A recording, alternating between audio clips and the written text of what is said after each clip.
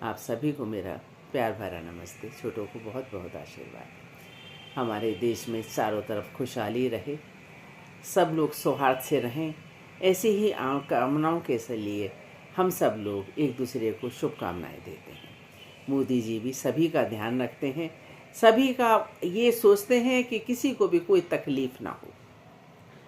आदिकाल से हमारे देश में हमारे जो राजा महाराजा गुलामी से पहले हुए, वो ऐसे ही सुखपूर्वक सबका सम्मान करते थे, सबकी इज्जत करते थे और सबकी भावनाओं का आदर करते थे। लेकिन कुछ विदेशी आए जब से, उन्होंने हमारे देश में ये उत्पात मचाना शुरू कर दिया।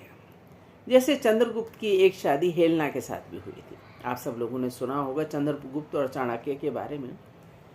हेलेना ने बड़ा लंबा जीवन जिया और जब तक वो जी, षड्यंत्र रचती नहीं वो पूरे देश के अंदर। यहाँ तक कि चाणक्य को मरवाना भी उनका ही काम था और उनके राज्य में बहुत सारे षड्यंत्र रचे गए और लोगों को मारा गया।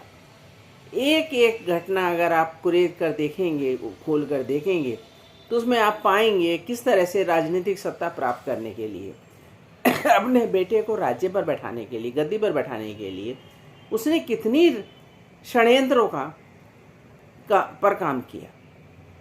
और परमात्मा ने उसे उम्र भी इतनी लंबी करी कि जब चाणक्य एक बार चले गए यहाँ से और दोबारा लौट कर आए अशोक को स्थापित करने के लिए, तब भी उस हेलेना का उनको सामना करना पड़ा और अंत में हेलेना ने उन्हें भी मरवा दिया।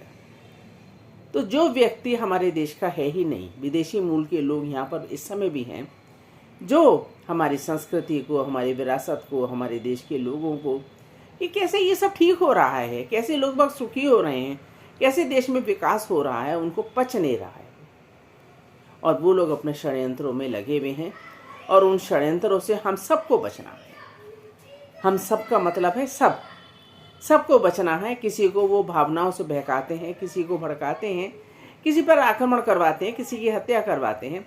ऐसे बहुत से लोगों में नाम लूँगी तो बहुत सारे निकलेंगे जयचंद यहाँ के, लेकिन उन सब से हमें बच के रहना है। अपने प्रधानमंत्री को भी बचाना है। परमात्मा उन्हें दीर्घायु करें, लंबी उम्र दे और ईश्वर उनको ऐसे ही समाज की सेवा करने की शक्ति प्रदान करें।